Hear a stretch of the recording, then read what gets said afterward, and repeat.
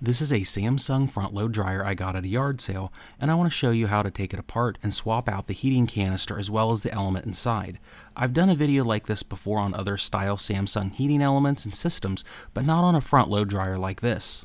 The first thing that you'll want to do is remove any screws from the top rear of the dryer. Usually there are Phillips head screws here, but I think someone messed this unit up in the past and replaced it with a different type of screw. You can then remove the top of the dryer lid by pulling to the back of the dryer, and this will expose the dryer drum for access as well as inspection. Depending on the dryer, there may be screws holding in the plastic panel that need removed. Once these screws are removed from the plastic panel, you can use a flat-bladed screwdriver to gently pry up the retention tabs from the plastic housing facade and then roll the console interface forward. This should expose the wiring harnesses that are left to keep the console in place. On my dryer here, there are two wire harnesses that keep the control interface connected to the dryer. You'll want to unplug both of these harnesses, then roll the console forward to nearly a 90-degree angle, then pull it out as there are retention tabs that keep the console attached to the dryer. On a select few Samsung dryers, you could find screws on the front underneath that hold the front of the unit in place, but they are not on this dryer, just as a note. We now need to open up the dryer door and remove two screws just below the opening of the dryer drum.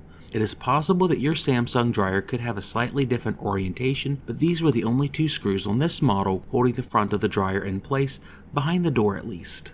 There are 4 screws holding on the last of the dryer door frame to the bulkhead. We'll need to remove these 4 screws, 2 on each side, to get the dryer door frame off. There are also then finally 2 tabs that need pushed in to release the door to allow us to pull it forward, then up and out. When you have the dryer door separate though from the housing, you need to make sure to remove the wire harness from the door switch, which will then let us remove the door entirely. There's one final wire harness that needs removed for the door light switch, so we can then remove the top metal bracket on the dryer. The top bracket is held in by 4 screws, and there are also some small metal fingers on each side that go into the dryer frame as well, but it's pretty easy to remove all this once the screws are out. When you can remove the bracket, you're also going to want to make sure that the wire harness is removed from the bulkhead and its retention tabs before we move on to the bulkhead itself. This is what the bulkhead looks like, and there are 4 screws holding it onto the dryer frame. The blower housing piece has 2 screws holding it onto the bulkhead and 3 screws holding it on the blower housing. Depending on if you want to remove it all together or separate pieces is up to you, but just make sure though to separate the moisture wire harness sensor before you try to take the bulkhead off. Now I'm going to take off all the screws remaining on the front of the dryer, the 4 screws on the bulkhead, the 2 between the filter housing and the bulkhead, and then the 3 screws to the blower housing and filter.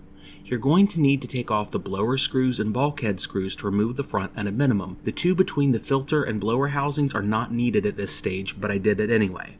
When all the screws are removed, the bulkhead has these nice little tabs on the sides of the frames that it rests on. You'll need to lift up on the bulkhead before you remove it, and these tabs do make it quite easy to take off and put back on as well. When removing the idler pulley, you'll have to feel for it and release the tension by moving the pulley counterclockwise from your perspective with one hand, then using the other hand to move the belt back off track, either with the pulley or the motor housing. With the idler pulley loosened up and out of the way, we can now take the belt on the drum and use it to pull the tub up and out of the way. Once you do this, this will give you access to every single part of the dryer that you'd need to look at, inspect, and repair as needed. This dryer is definitely dirty on the inside, so make sure you clean yours when you open it up, as lint and other buildups can cause major problems. Here's a quick explanation on what's inside the dryer in terms of components. The heating element canister is on the right side, which controls heat. The blower housing moves heat through the dryer and can get clogged or damaged, causing noise or it not running. The motor assembly handles the dryer running, and if it gets damaged, it simply will not run. There are 2 sensors on the blower housing, one maintains temperatures, and the other is a fail-safe if the dryer overheats. To remove the heater can, you'll simply remove the 1 screw that holds the metal leg and the heater can together, and then you'll remove the wires going to the heater can that are not attached to the sensors, which is the red wire and blue wire on the harness trunk. When you remove the wires and screw, you can simply pull the canister out at this point. If you need to replace the entire heater system, you can always buy the canister pre-assembled with the sensors, and I do have a link for it in the description. Otherwise, here's how you take the canister apart. Firstly, we want to remove the sensors on the element canister, and there's 2 screws on each sensor holding them in place on the housing. Once the sensors have been fully removed, we then want to remove all the screws holding the canister together. There should be approximately 6 Phillips head screws holding the canister together. And then once you have them all removed, you can open the top of the canister, revealing the electric heating element underneath. The element wire connectors have two tiny tabs, one on each side, that are bent at an angle to keep the connectors in the ceramic block. You're going to need pliers to pinch and move these tabs to be flush with the connectors so you can remove the old element wire from the heater can. With the connectors out of the ceramic holders, you can now pull the element out and it's been completely and fully disassembled. You can now take out a new element and install it. Today I'm using an ERP brand element to install back into this heater can, and I have a link for it in the description if you need to buy one.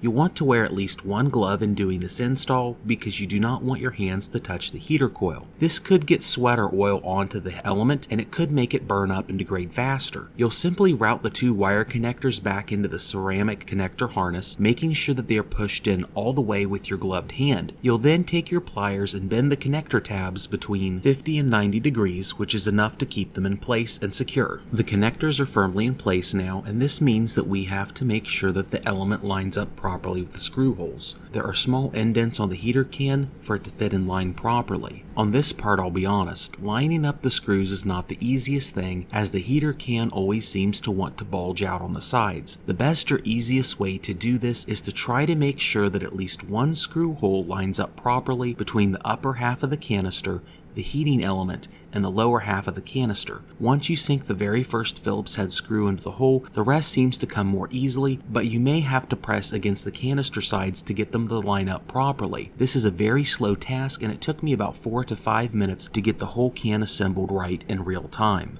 I think the end result though looks really nice and clean, and it definitely looks much better. The hard part on this is over, and now we just have to reinstall the thermal fuse and thermostat to the proper places on the heating element canister. To reinstall the canister, we simply need to slot it into the back of the tabs on the rear bulkhead and then set it on the canister stool. There is a small slot on the stool that a finger of the canister will need to set on and into before you put the single Phillips head screw back into the canister stool to secure it. When you've done this, reinstall the red and blue wires going to the element canister, and the disassembly and reassembly is all completed. We're now reassembling the dryer, and to do that we first want to put the drum back into place by using the rear belt to pull the drum back onto the bulkhead, and then put it in between the circular rear bulkhead and the roller wheels, which will secure it in place, at least at the rear. To put the belt back into place, you'll put the belt on the motor's belt pulley, then pull the idler back until it provides tension to secure the belt. This isn't always easy, and it does require a bit of strength in both of your hands.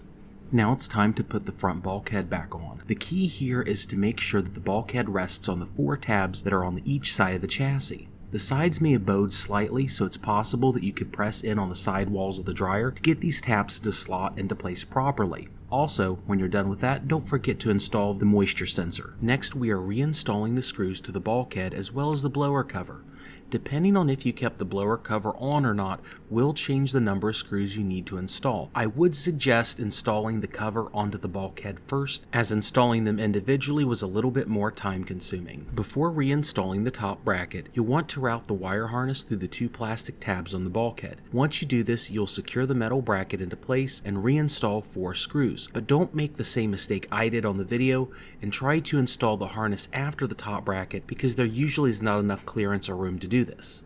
The door light harness is next, and then we can reattach the front of the dryer. Make sure to install the door switch harness before putting the front on. The front slots into the bottom fingers of the dryer, and then the door pivots on this into 2 metal retaining clips. These clips may have been deformed when you took the dryer door off, so you may need to use a screwdriver to pull them up to retain the door. Additionally, there are 4 screws on the top front of the dryer door that need secured in place. Once you have those 4 screws installed, you'll then finally reinstall 2 screws inside the door on the dryer lint filter, and you're all done with the front door.